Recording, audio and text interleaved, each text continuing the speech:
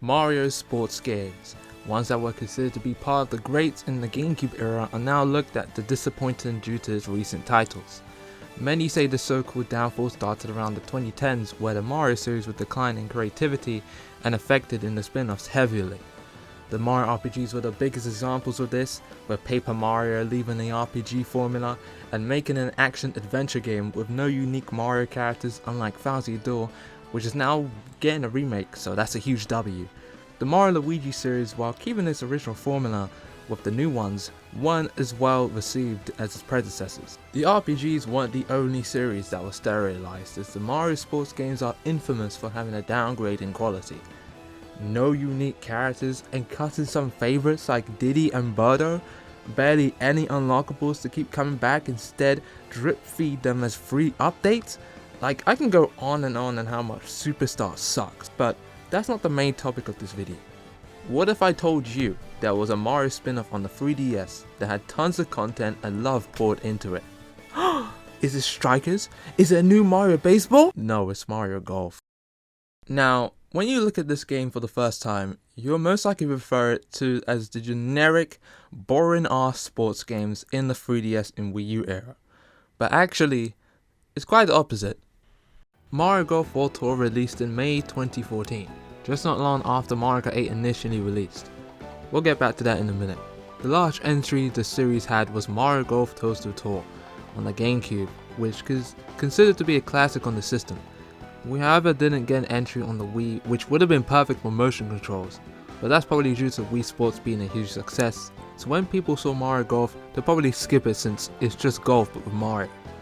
However, Power Tennis, which was developed by Camelot, the same for Mario Golf, got a port on the Wii, while Wii Sports also had tennis, so maybe they just thought tennis would have been a better fit to have motion controls instead of golf, which makes a bit sense. So you must be asking yourself why I'm even making this video. Well, I'm here to tell you why Mario Golf World Tour is an underrated gem. The gameplay is fairly the same as the previous two entries, with Toadstool Tour's mechanic having a risk and reward option, where if your timing is too early or late, your swing will be poor, but getting the timing right would give you a much better shot on the field. In this game, however, they expanded on the mechanic with, you guessed it, items. These items give a lot of unique playstyles to the table, as all of them help you in various situations. The mushroom gives you an extra boost on the field, an extra topspin, the bomb launches the ball high in the sky, and the ice flower can create ice pads on the water, which will be able to travel across easier. There's a lot of variety to work from. However, you have to use these items wisely, as not using them right would ruin your shot. Also, I want to talk about another small thing. You have a wide selection of clubs. These affect how far the ball will go, so some of them are used for putting, while others are used for going in long distance, and they each have a specific length. Now, let's talk about the courses. Golf games in general have courses which are usually just plain fields, with nothing that interesting to look at, but the Mario Golf series, and especially World Tour, knock it out of the park with these themes. If you were expecting just a new Super Mario Bros. Theme and that's it, then you'll be surprised. This game uses its courses to reference other Mario games and even from the extended Mario universe. Peach Gardens is a great example, as it bases on a well-known track from the Mario Kart DS and has a pink field to signify Peach's main color. Yoshi's Woolly World is also a course in this game. It pays homage to the original with bouncy platforms that send the ball flying in the distance. And then the best one, DK Jungle, which is a love letter to the Donkey Kong Country returns. Several familiar hazards are there that could either give you an advantage or a disadvantage. There are many other courses I have not talked about that are well crafted with references and good design.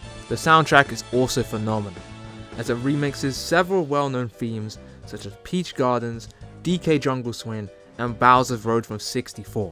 I would highly recommend giving these a listen, as all of them are really good. Now that we talked about the courses, let's talk about a huge aspect the game has as well. When it comes to the roster, there are a total of 21 characters, which is actually really good for a golf game. You have your mainstays such as Mario, Luigi, Bowser and Wario, but they even included Bowser Jr., Birdo and Diddy Kong, who have been swept under the rug when it came to spin-off appearances around this time. Remember how I said this game was released in the same month as Mario Kart 8 back on the Wii U? Well, World Tour's roster is way more interesting compared to that game's.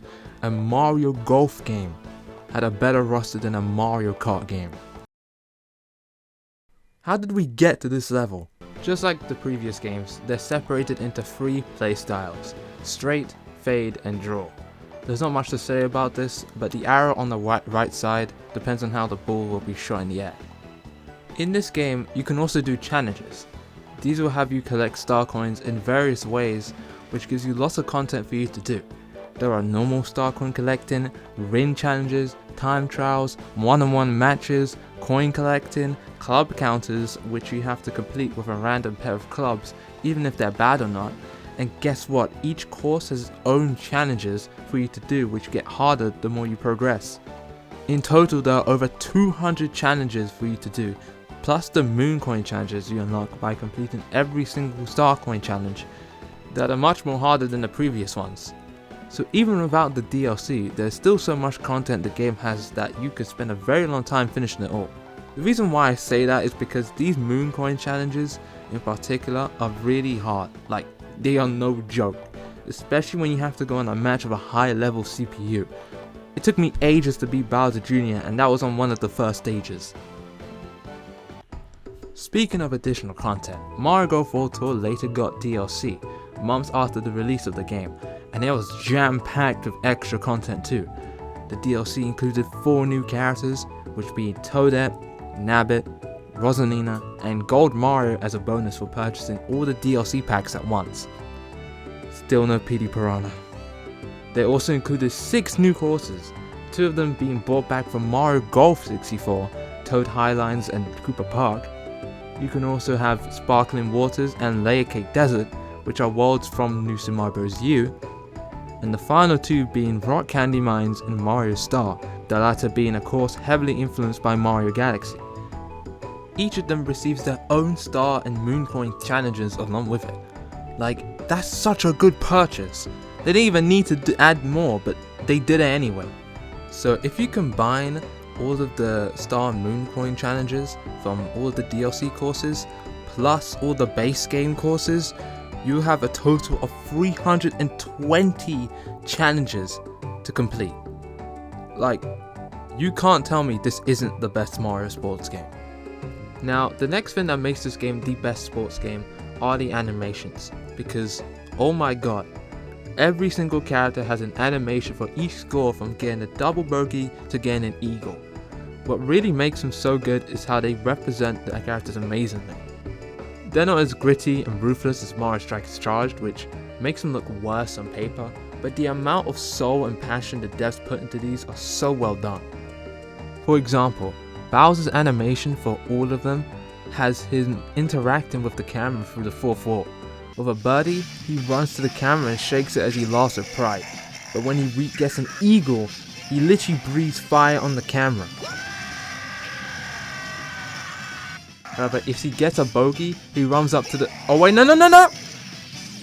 The same level of charm applies to every other character. Donkey Kong beats his chest from the Donkey Kong Country games, Kamek flies around in the sky with his broom, and Bowser Jr. uses his paintbrush from Sunshine, etc. There are a lot of unique references that make it even more enjoyable to watch.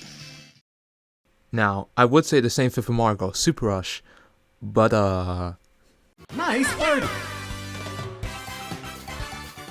I could literally just put a default face on him and nothing would change.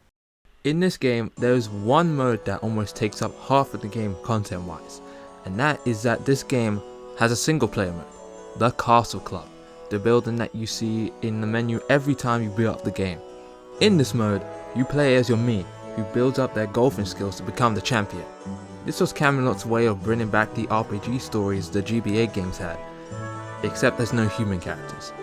And to be honest, good. I'm glad there aren't any weird humans in this game. Like, who the hell cares about Harry, Ella, Genius? Anyways, the mode is okay. It's not the best mode in the series, but it serves its purpose well. However, I do like how the Mario cast are here and you get to talk to them. Waluigi, what the hell are you doing? There is a ton of content that is exclusive to this specific mode too. For example, the Sky Island course where you have to get the ball in the hole in one shot, in one put, otherwise you fail the challenge. You do get to unlock this course and play it in like normal modes too, and it has its own star and moon coin challenges as well. Again, like, this game is just filled with so much content that there is always something to do in this game. You will never run out. Like, it's ridiculous. Now, since I'm near the end of things to say, I'm just going to talk about all of the extra things you can do in this game in a short time span. Okay, so here we go. In Castle Club, you can buy an equipped gear for your Mii, and there are over 500 of these pieces of equipment. You can unlock a piece of gear every time you complete something in any mode, from free play to challenges.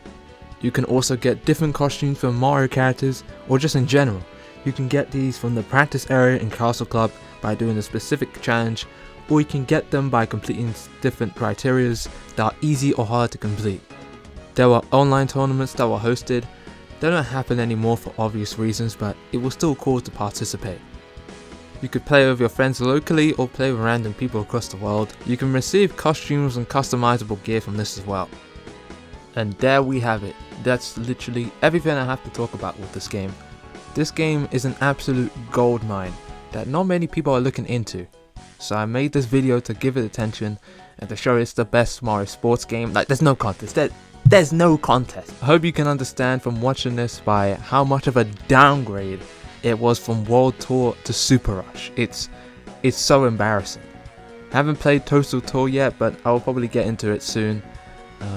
I've heard good things about it. And this game is such a good deal too.